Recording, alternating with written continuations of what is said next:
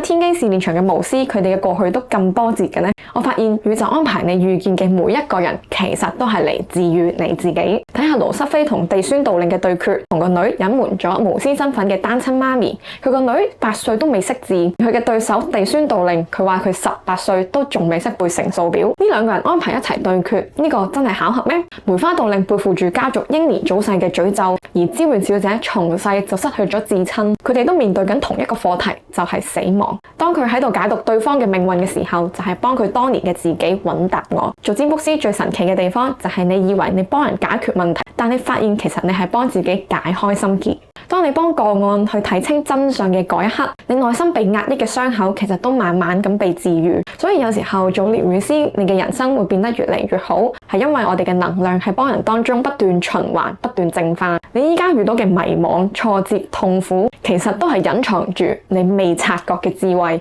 呢個唔係你嘅阻礙，而係你未學識得點樣去解讀呢啲信號。只要你願意向內看，其實答案一直都喺你身邊。3月21號，我會舉辦一場身心靈嘅桌遊體驗。呢個唔單止係遊戲，而係一次深層同你嘅靈魂對話，幫你揾出現階段你最需要嘅指引。只限6個位，留言答案去了解詳情報名。